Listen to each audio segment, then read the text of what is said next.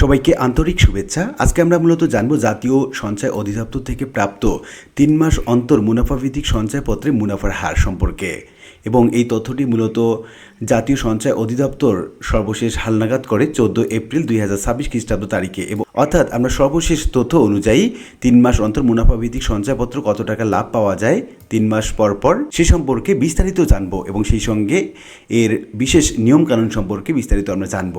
তাহলে শুরু করা যাক। আর এরকম নতুন নতুন ভিডিও আপডেট পেতে অবশ্যই চ্যানেলটি সাবস্ক্রাইব করে রাখুন।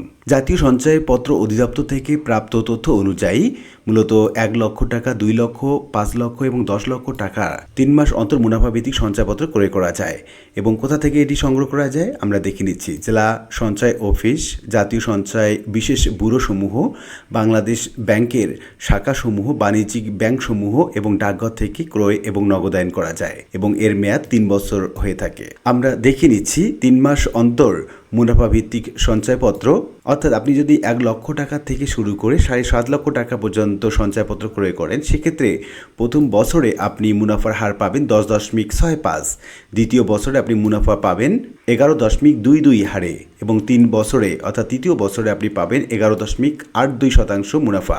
এরপর আপনি যদি ৭.৫ লক্ষ টাকার উপরে যদি আপনি টাকা সঞ্চয়পত্র ক্রয় করেন, সেক্ষেত্রে আপনার মুনাফার হার হবে প্রথম বছরে ১১.৬০, দ্বিতীয় বছরে ১১.১৬ এবং ৩ বছরে অর্থাৎ তৃতীয় বছরে ১১.৭৭% মুনাফা। মেয়াদ পূর্তির পূর্বে নগদায়ন করলে উপযুক্ত স্টকে উল্লিখিত হারে মুনাফা প্রাপ্য হবে, এবং অতিরিক্ত অর্থ পরিশোধিত হয়ে থাকলে তা মূল টাকা থেকে কর্তন করে সমন্বয়পূর্বক অবশিষ্ট মূল টাকা পরিশোধ করা হবে।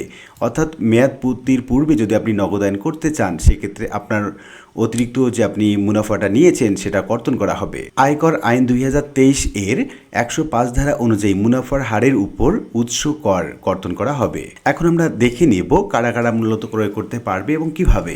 সকল শ্রেণী এবং পেশার বাংলাদেশি নাগরিক এটি ক্রয় করতে পারবে। আয়কর বিধিমালা ১৯৮৪ অংশ ২ এর বিধি ৪৯ এর উপবিধি ২ সংজ্ঞায়িত স্বীকৃত ভবিষ্যৎ তহবিল এবং ভবিষ্যৎ তহবিল আইন ১৯২৫ আপনারা দেখতে পাচ্ছেন এই বিধিটি অনুযায়ী পরিচালিত ভবিষ্যৎ তহবিল। তারপর বলা হচ্ছে আয়কর অধ্যাদেশ ১৯৮৪ এর ৬ষ্ঠ তফসিল এর পাঠ এর অনুচ্ছেদ ৩৪ অনুযায়ী মৎস্য খামার, হাঁস মুরগির খামার, পেলিটেল, পোলট্রি ফিডস উৎপাদন, বীজ উৎপাদন, স্থানীয় উৎপাদিত বীজ বিপণন, গবাদি পশুর খামার এবং দুগ্ধজাত দ্রব্যের খামার, ব্যাঙ উৎপাদন খামার, উৎপাদন খামার প্রকল্প, রেশন গুটি পোকা পালনের খামার, ছত্রাক উৎপাদন এবং ফল ও লতাপাতা চাষ হতে অর্জিত আয় যা সংশ্লিষ্ট উপকর কমিশনার কর্তৃক প্রত্যায়নকৃত। এবং তারপর বলা হচ্ছে অটিস্টিকদের জন্য প্রতিষ্ঠিত শিক্ষা প্রতিষ্ঠান বা অটিস্টিকদের সহায়তার জন্য প্রতিষ্ঠিত অন্য কোনো প্রতিষ্ঠান, তবে শর্ত থাকে যে প্রতিষ্ঠানের বিনিয়োগকৃত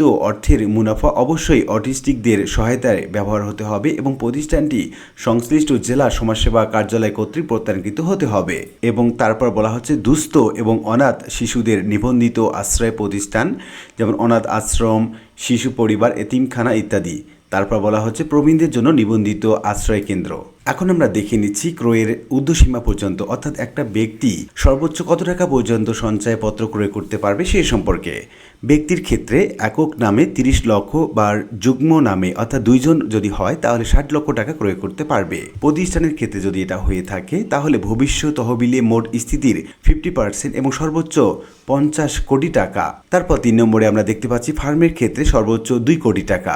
অটিস্টিক সহায়ক প্রতিষ্ঠান, দুস্থ অনাথ শিশুদের নিবন্ধিত আশ্রয় প্রতিষ্ঠান, অনাথ আশ্রম বা শিশু পরিবার এবং সেই সঙ্গে এতিমখানা ইত্যাদি। প্রবীণদের জন্য নিবন্ধিত আশ্রয় কেন্দ্রের ক্ষেত্রে সর্বোচ্চ ৫ কোটি টাকা ক্রয় করতে পারবে।